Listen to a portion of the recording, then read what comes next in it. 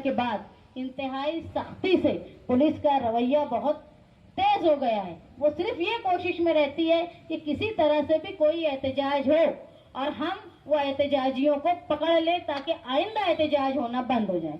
12 नवंबर के बाद ऐसे ही हालात हो गए थे, किसी तरह का भी कोई एहतजाज मालेगांव शहर में हो नहीं रहा था। तो हमने ये तय किया था दस्तूर बचाओ कमेटी की तरफ से मालेगांव शहर के 30 से ज्यादा जगह पर जो लोग जेल में मौजूद थे उनके घर के लोगों को 36 जगह पर हम लोगों ने एहतजाजी तौर पे 4-4 लोगों को बैठाया था। उसका मकसद यही था कि भाई पुलिस को ये समझ जाए कि मालेगांव के लोग डरते नहीं है तुमसे। और हमने वो एहतजाज किया। उसके बाद आगरा जो जेटी के सामने वाला रोड है उसको बंद करके हमने बिना इजाजत के हमने बंद करके एहतजाज किया ताकि उनको समझ जाए कि हम पुलिस से डरते नहीं हैं।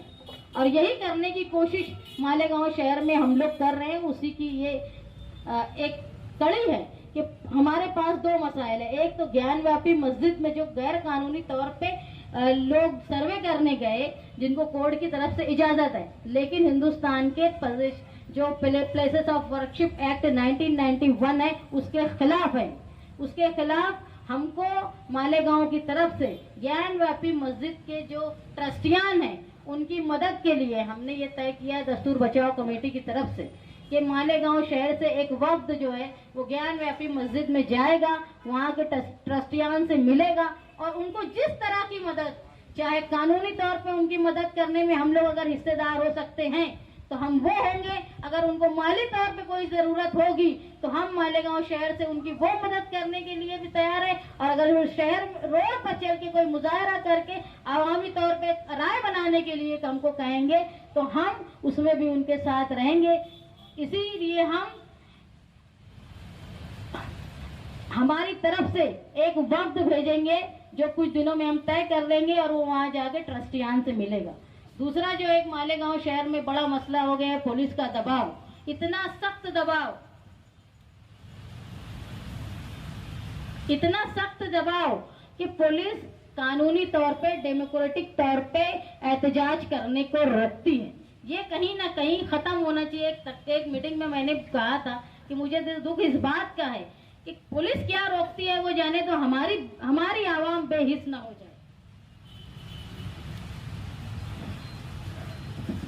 ये कोशिश हमारी तरफ से रहेगी कि हम पुलिस के दबाव को, जो हम कानूनी तौर पे जो काम करते हैं दस्तूरी तौर पे करते हैं, वहां से पुलिस का दबाव खत्म हो।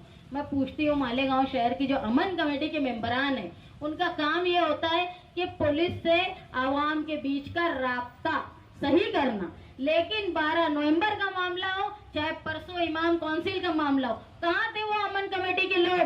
क्या कर रहे थे वो? क्या रास्ता उन्होंने किया? 12 नवंबर में लोग जो जेल में थे उनके ताल्लुक से किसी को बोला कि ये तो पत्थर मारने वाले नहीं थे, ये तो रोड पे चलने वाले थे? अरे ये तो मौजूद भी नहीं थे वहाँ। उन सारे लोगों को बचाने के लिए अमन कमेटी के लोगों ने क्या किया? मैं आप लोगों से दरख्वास्त करती हूँ कि अमन कमेटी में मौजूद लोगों से जाके पूछो कि तुमने क्या काम किया 12 नवंबर में, तुमने क्या काम किया जब इमाम काउंसिल के ऊपर इतने बड़े बड़े संगीन कलमे लगाई जा रही थी। उनसे पूछो, वो जो सिर्फ हाँ हाँ करने का काम करते हैं उनसे ये सवाल होना चाहिए कि तुम आवाम और पुलिस के बीच में रास्ते का काम करते हो कि जो पुलिस चाहती है उसको आवाम के बीच में करने की कोशिश करते हो। तुम उनसे खत लिख के पूछो, तुम उनको रोक के रास्ते में पूछो जो लोग अमन कमेटी में हैं और अमन रखने की बातें करते हैं। लेकिन वो एक तरह से मुझे जो पुलिस वालों ने बोला कि तुम्हारी अमन कमेटी के लोग ही हमको लाला के नाम दिया करते थे। ये पूछो कि तुमने बताया था क्या हमारा नाम? जो लोग वहाँ शामिल नहीं थे उनका नाम आप लोगों ने बताया था क्या? ऐसे लोग जो हमारे बीच में रह के हमारे ही लोगों को परेशान करते हैं, जो वो गुनाह है, उनसे सवाल होना चाहिए। पुलिस के दबाव को खत्म करने के लिए साथी निहाल अहमद साहब हमेशा कहा करते थे कि अमन हमसे है। हमसे मतलब आवाम से है।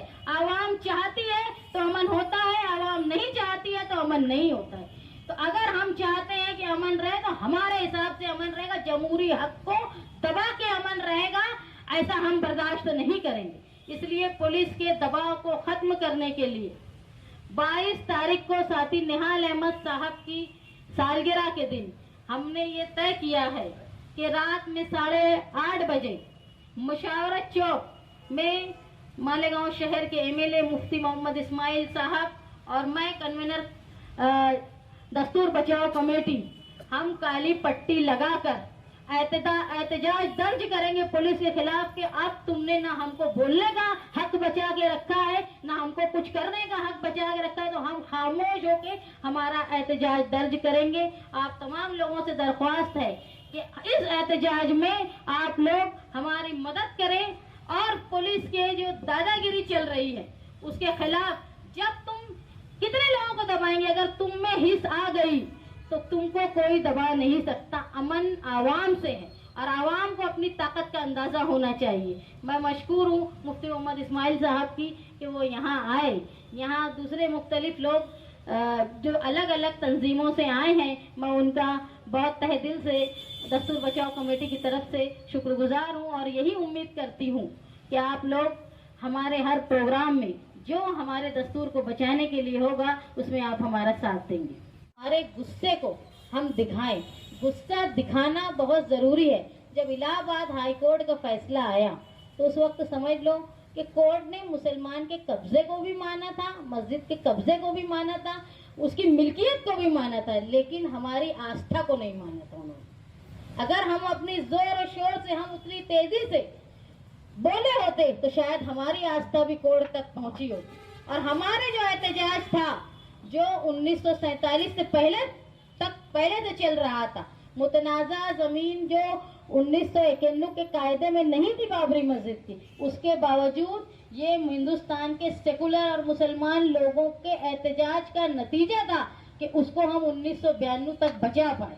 अगर तुम एहतजाज करना छोड़ दोगे तो ये समझ लो कि मस्जिदों का नंबर है, कब्रस्तानों का नंबर है, धीरे धीरे हमारी स्कूल कॉलेज बाकी सारी चीज़ों पर जहाँ मुसलमानों का दबदबा है वो सब खतरे में आ जाएगा। ये इब्तिदा है। NRC, CAA, ये सारे जो है वो मुसलमानों को हरासा करने के लिए किया जा रहा है। अगर तुम एहतजाज का रास्ता बंद कर दोगे तो तुमको बेहिस माना जाएगा। और जो बेहिस होता है, देखो एहतजाज की ताकत को, मीडिया की ताकत को तुम मामूली मत समझो।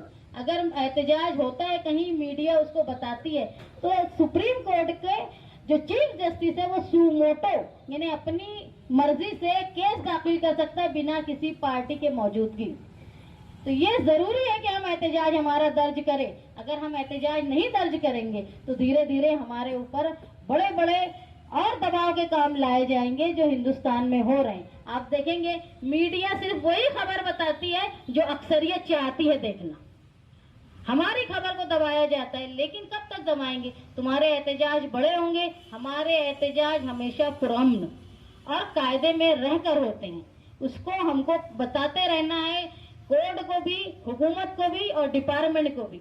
डिपार्टमेंट का तो ये हाल है कि परसों के रोज जब इमाम काउंसिल के लोगों ने एहतजाज किया, वो मैंने वीडियो पूरी देखी, उसमें वो लोग बड़ी शराफत से पुलिस के बोलने से पुलिस स्टेशन की तरफ जा रहे थे। अगर किसी ने ये बोला होगा कि मुझे इस तरह से क्यों पकड़ा जा रहा होगा तो कोई गलत बात नहीं थी, क्योंकि जब उनको बोला जा रहा था कि तुम पुलिस स्टेशन चलो तो वो राजी थे, उस रुख की तरफ थे पुलिस स्टेशन की तरफ जाने। लेकिन फिर भी उनके पीछे से कॉलर पकड़ी गई और उनको पुलिस स्टेशन में लेकर गए और 4-6 घंटे तक वो प्रोसीजर चलता रहा और आखिर में मालूम पड़ा कि उनके ऊपर सख्त कलमे लगी हैं, जो कि 16 लोग थे, उनका किसी भी सियासी पार्टी से कोई ताल्लुक नहीं था। ये लोग इमाम हैं। इमाम का मतलब होता है लीडर। वो ऐसे लीडर थे जो बिना किसी सियासी पार्टी के लीडरी कर रहे थे अपने मजहब के लिए। वो वाकया जब हुआ, हमारे पास बात आई तो मैं, मुस्तकीम, रिजवान सर और बाकी जो लोग मौजूद थे पार्टी ऑफिस में, हम लोग वहाँ गए। हमने बहुत कोशिश की, लेकिन हमारे जाने से पहले ही 4 FIR दर्ज हो गई थी। कई बार मुफ्ती साहब का फोन आया मुस्तकीम को, उन्होंने भी, वो शहर में नहीं थे, उन्होंने भी हालात को जानने की कोशिश की, लेकिन वो इतनी ताखिर से आने वाले थे जब तक सारे मामलात खत्म हो गए थे। मैं कल मछली बाजार में मैयत में गई, वहाँ से बाहर निकली तो मुझे एक प्रेस रिपोर्टर ने बोला कि हर जगह आप लोग क्यों होते हो, कोई दूसरी सियासी पार्टी के लोग क्यों नहीं रहते? पुलिस स्टेशन में भी आप लोग जाएंगे, कोर्ट में भी आप लोग जाएंगे, तुम्हारे शौहर जेल में भी जाएंगे, हर जगह तुम लोग ही क्यों हो, दूसरे लोग क्यों नहीं है? मेरे भाई उनसे पूछो कि वो क्यों नहीं है। हम हमारी रूह को मुतमईन करते हैं, जो हमारे मजहब में जैसे कहा फलाई साहब ने कि अगर खुदा हमसे पूछेगा कि मेरी मस्जिद पे खतरा था तो तुमने क्या किया, उस वक्त हम जवाब दे रहे हैं कि हमने कोशिश की थी। हम लीडर हैं, हमारे ऊपर फराइज ज्यादा है। अगर कोई लीडर ये बोलता हो कि मुझे तो मालूम ही नहीं हुआ कि मैं इतना बड़ा वाकया हो गया, तो वो काहे का लीडर जो 4-6 घंटे में शहर में क्या हो रहा है उसको मालूम नहीं पड़ता। देखी होगी, लेकिन सिर्फ नफरत फैलाना ये काम हिंदुस्तान में किया जा रहा है और बिलखुसूस निशाना बनाया गया है। जो बड़ी तादाद की अकलियत है वो मुसलमान है, इनके मजरूह करने का काम, इनके जज्बात को हिंदुस्तान में किया जा रहा है। उस जगह 1947 को 15 अगस्त 1947 में जिसके कब्जे में थी, वो जगह जो है वो प्लेसेस ऑफ वर्कशिप एक्ट 1991 के तहत वो वहाँ उसका मालिक वही रहेगा। इसके बावजूद अदलिया जो है वो इंसाफ बड़े अलग ढंग से कर रही है। कोर्ट अलग बोलती है, इंक्वायरी करती है, पूछती है। मैं तो यहाँ मुफ्ती साहब मौजूद है, वो तो हिंदुस्तान की, उन्होंने गैर मुस्लिम के कॉन्स्टिट्यूशन को माना, गैर मुस्लिम गांधी जी को अपना लीडर माना, यहाँ तक के उन्होंने minister, chief minister, prime minister सारे लोग गैर मुस्लिम थे। लेकिन मुसलमानों ने पाकिस्तान की बजाय हिंदुस्तान को अफजलियत दी। इसका मतलब यह है कि सबसे बड़ी सेकुलर जमात अगर हिंदुस्तान में कोई है तो वो मुसलमानों की है, और वही सेकुलरिज्म आज तक जिंदा रखा है हिंदुस्तान में मुसलमानों ने। साथी निहाल अहमद साहब कहा करते थे कि शराब के नशे से ज्यादा खतरनाक नशा इक्तदार का होता है, और इक्तदार से ज्यादा खतरनाक नशा जो होता है वो फिरका परस्ती का होता है। और यही फिरका परस्ती करके ऐसी सेकुलर जमात जो अक़लियत में हिंदुस्तान में है उसको दबाने की कोशिश हुकूमत के जरिए की जा रही है, क्योंकि फिरका परस्ती फैलाकर राज करना सबसे आसान काम है। यही हिंदुस्तान की बीजेपी हुकूमत कर रही। और सबसे पहले उन्होंने ये कोशिश की कि मुसलमानों के जज्बे को मजरूह किया जाए, उनके मजहबी जज्बात पर ठेस पहुंचाई जाए।